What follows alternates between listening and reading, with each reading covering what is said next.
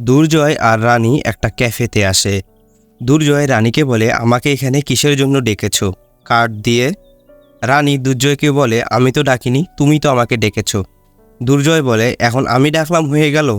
এই নিয়ে তাদের মধ্যে কনফিউশন তৈরি হয়। ঠিক সেই মুহূর্তে তাদের পরিবারের সবাই তাদের কাছে এসে সবাই সারপ্রাইজ দেয় আর বলে যে এই সমস্ত কাণ্ড আমরাই ঘটিয়েছি। হৃদম দুর্জয়কে বলে যে, আর আজকে আমরা এখানে এসেছি যে তার একটা কারণ আছে। বড় বৌদি খুব করে চায় তোর আর রানীর ডিভোর্সটা হয়ে যাক, আর আনিশাকে তুই বিয়ে কর। তোরা সব কিছু নিজেদের মধ্যে ঠিক করে নে না। আর এদিকে একজন লোক ক্যাফেতে এসে মেন সুইচ অফ করে দিয়ে লোডশেডিং করে দেয়।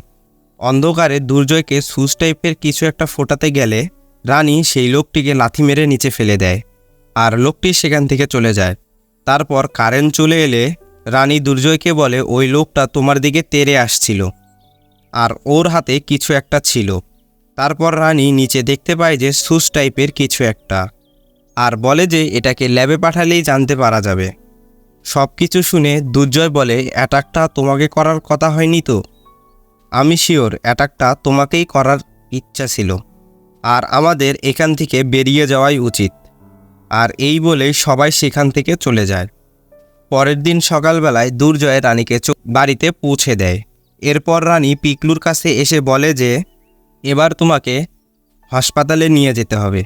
তোমাদের সব কয়টার মাথাকে আমি এক জায়গায় করতে চাই। তোমরা কে কে আমার আর দুর্জয়ের ক্ষতি করতে চাও, আমি সেটা দেখতে চাই।